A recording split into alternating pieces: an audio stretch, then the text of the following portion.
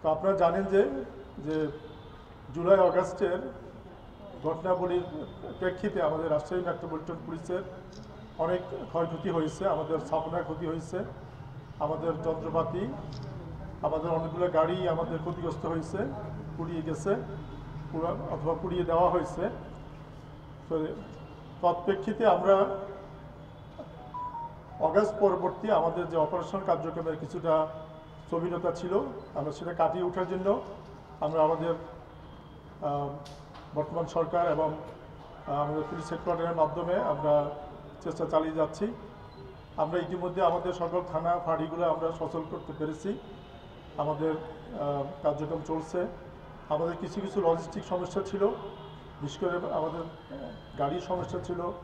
আমরা কিছু গাড়ি ভাড়া করে দিয়ে আমরা আমাদের থানা ফাঁড়ি অন্যান্য ইউনিটগুলোকে আমরা দিয়েছি, তারা তাদের কার্যক্রম চালিয়ে যাচ্ছেন।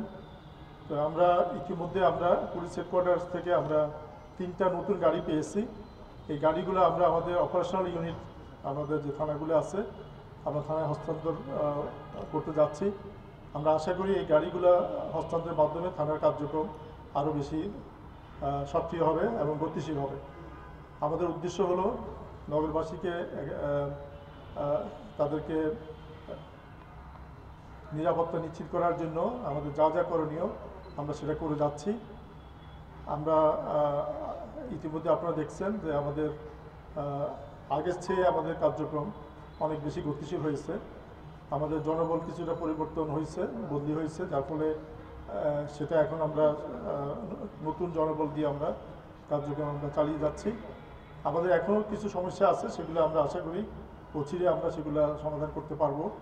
আমরা পূর্বের ন্যায় আমাদের সমস্ত শক্তি এবং সামর্থ্য দিয়ে আমরা কাজ করতে চাই। তো আমরা এখন আমাদের এই 3টা গাড়ি আমরা আমাদের আজকে 3টা থানাকে আমরা হস্তান্তর করব। একটা আমরা বোয়ালিয়া, কাশিয়াডাঙ্গা এবং শাহ মখদুম থানা, এই 3 থানাকে আমরা 3টা থানা হস্তান্তর 3টা গাড়ি হস্তান্তর করতে যাচ্ছি। আমরা 3 থানা